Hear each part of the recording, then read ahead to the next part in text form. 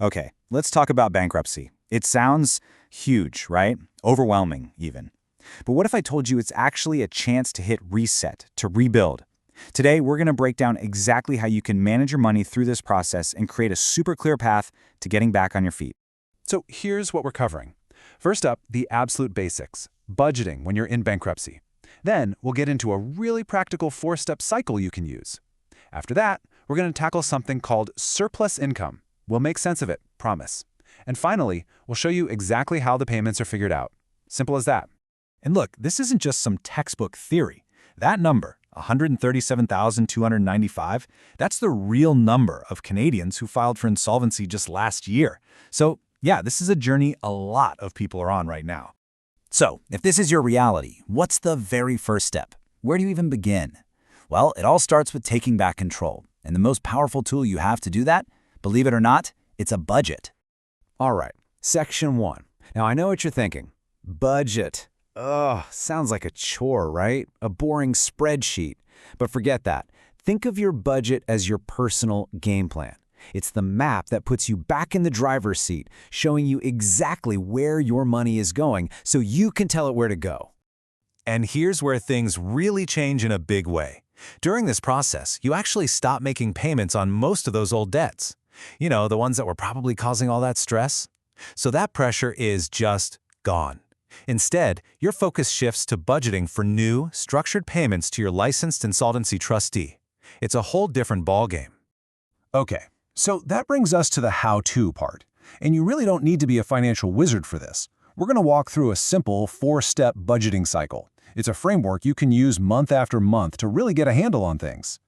It's super straightforward. Step 1, prepare. Step 2, create. Step 3, implement. And step 4, review.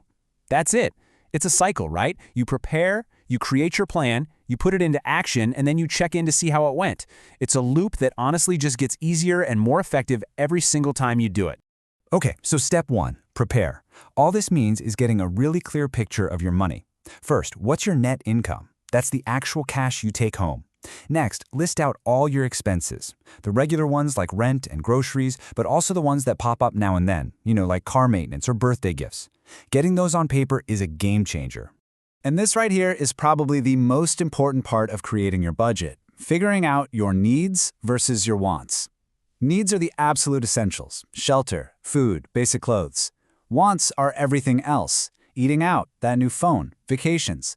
Being really honest about this difference is what makes your budget actually work. Step 3 is implement. This is where the rubber meets the road. You've got your plan, now you have to follow it, and that means tracking your spending. You can use an app, a simple spreadsheet, or even the old-school envelope system. It doesn't matter how you do it, as long as you do it. This way, you can see where every single dollar is going. And finally, step 4, review. At the end of the month, you just take a look back. How did it go? Did you stick to the plan? Were your estimates for groceries way off? Look, this isn't about feeling bad if you went over. It's about learning. You take what you learned this month and use it to make next month's budget even more realistic. It's all about progress, not perfection. All right, so now that you've got the hang of your personal budget, let's switch gears a little. We need to talk about how the legal system looks at your money during bankruptcy. This brings us to a really important concept called surplus income. Before we get to surplus income, we have to understand what the law considers total income. And the definition here is pretty broad. It's not just your paycheck. It's basically any money you get while you're in bankruptcy. So yeah, that could be wages, but it could also include things like workers' compensation or even certain legal damages. Okay, so what is surplus income? It's actually pretty simple. The government sets a standard for what it costs to have a reasonable standard of living. Surplus income is just any money you earn above that official line. That's it. It's the extra bit, according to the government standards.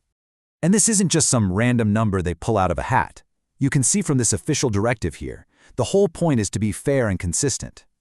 The system is designed so that everyone is measured by the same yardstick. It's all about figuring out, equitably, what portion of your income should go toward your estate. Okay, now for the part you've probably been waiting for. How are the payments actually calculated? Let's break down the math. It's a pretty straightforward formula, so don't worry.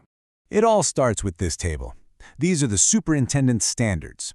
Basically, the government publishes these numbers that say, for a family of 1, this is the monthly income needed for a reasonable standard of living. For a family of 2, it's this much, and so on. This is the baseline for everything that follows. And here's the magic rule. If your monthly income is more than $200 over that standard we just saw, you're required to pay 50% of it to your estate. If your surplus is less than $200, you don't have to pay anything. So that $200 mark is the key. Let's make this real with an example. Say we have a family of 2, and their total household income is $3,800 a month. Okay, step 1. We take that income and subtract the government standard for 2 people, which is about $3,318. That leaves a total surplus of $482. Now, let's say the person who filed for bankruptcy earns about 74% of the family income. Their share of that surplus is $355. So, what do they pay? 50% of their share. That comes out to about $178 a month. So, let's wrap this all up. What are the big takeaways? First, your budget is your absolute best friend for getting back in control.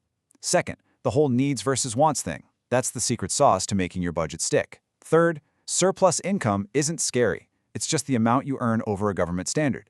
And finally, your payments are calculated with a really clear 50% formula. That's the whole shebang. Look, a budget during bankruptcy isn't about punishment, not at all. It's about empowerment. It's your roadmap forward. So the real question is, what's the first turn you're going to make? What's the first step you'll take on that road? Thanks so much for watching.